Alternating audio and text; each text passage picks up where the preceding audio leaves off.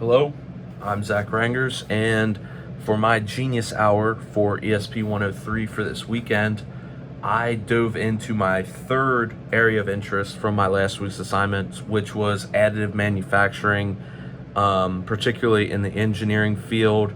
And I kind of wanted to hone in on the metal side of things because obviously 3D printing is widely known for its plastics, but a lot of the industry that you're going to see in the future is going to be metals, and kind of those different things. So I asked a lot of general questions just to kind of get my curiosity going. I started out with like, when was the tech made? What kind of started it? Where was it from?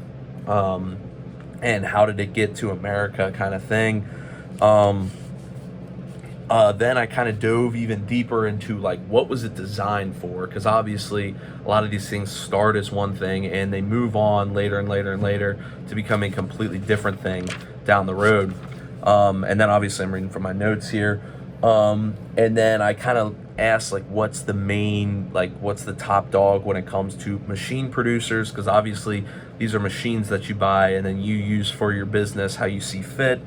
And then I kind of did like, how does it run? Like, how do these machines work? And then I actually had the pleasure of interviewing the vice president for Vertex Manufacturing out of Blue Ash, Ohio, which is a company that was recently bought out by Printerprez, which is a startup company out of San Francisco in California. So obviously they're kind of on the cutting edge of a lot of this stuff. They focus on additive manufacturing. And so I got to talk with Steve Rangers, the VP at this company, who also happens to be my dad. So kind of cool. I got to connect with him about some interesting little tidbits about this. So just kind of my takeaways from it. So obviously starting off with, when was it made? It was made in the 1980s is kind of when it started. It really kind of took off in the 1986 range. Right around there was when the first kind of machine was taken off. And it was made by a bunch of different companies. They each kind of had their own take on what it would be.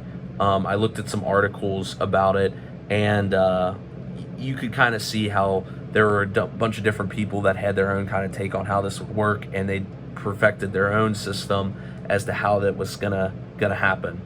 And then when I got to talk with my dad, he was actually part of the company that originally brought additive manufacturing over to the US and North America, even more particularly.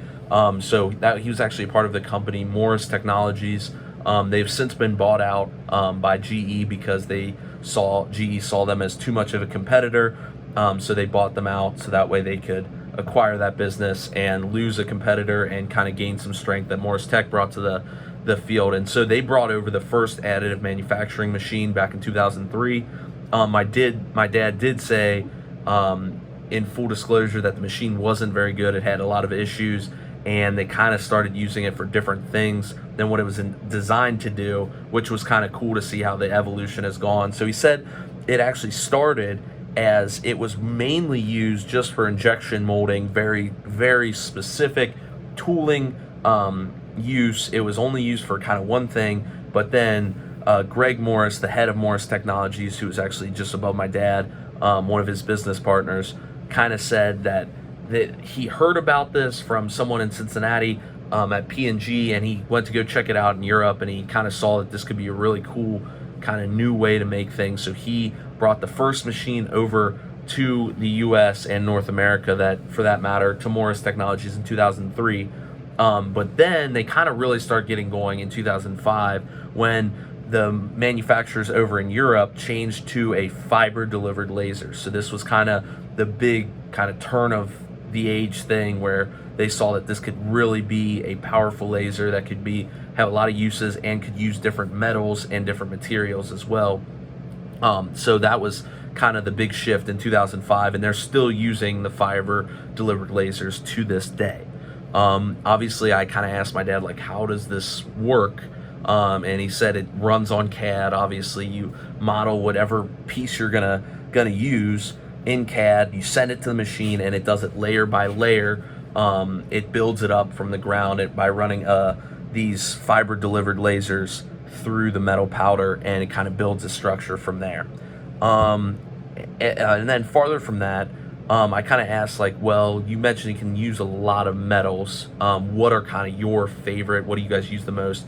And they do mainly medical and aerospace, which are two kind of the bigger uses for additive at this point. They're both regulated, obviously, because a lot of things kind of bank on medical and aerospace. And he said they use mainly titanium or stainless steel, mainly for Vertex, which is the same people that were in Morris Tech have come back together to make Vertex, which is the new company now that's kind of getting going.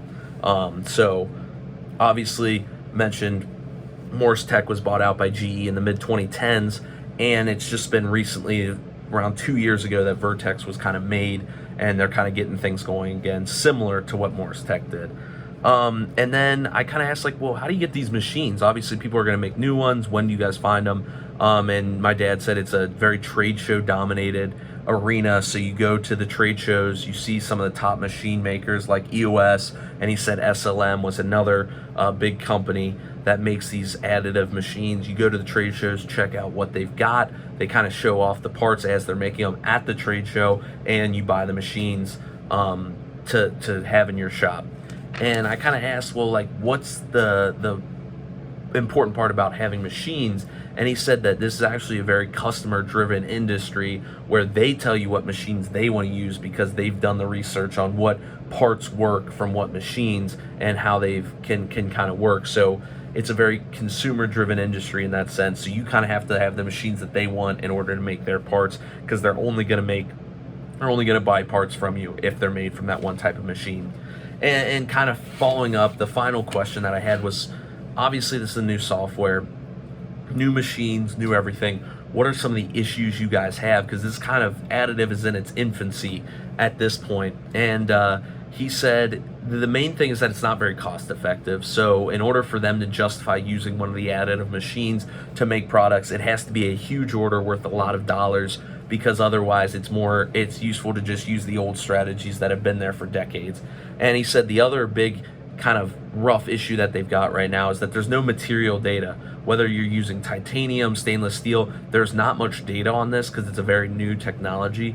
So you have to kind of go off what your customer is asking for, because usually the customers only know what they want because of the big corporations that are testing this stuff, whether it's for jet engines or medical products. They know what exactly they want because they've paid for the testing. But if you're a smaller shop, you can't pay for the testing yourself. You just don't have the money, and there's not much data out there for it. So with this Genius Hour, I really learned a lot. It kind of sparked my creativity and curiosity, mainly because as I would ask one question, I would just feel 3 more questions coming up in my brain as my dad would answer it.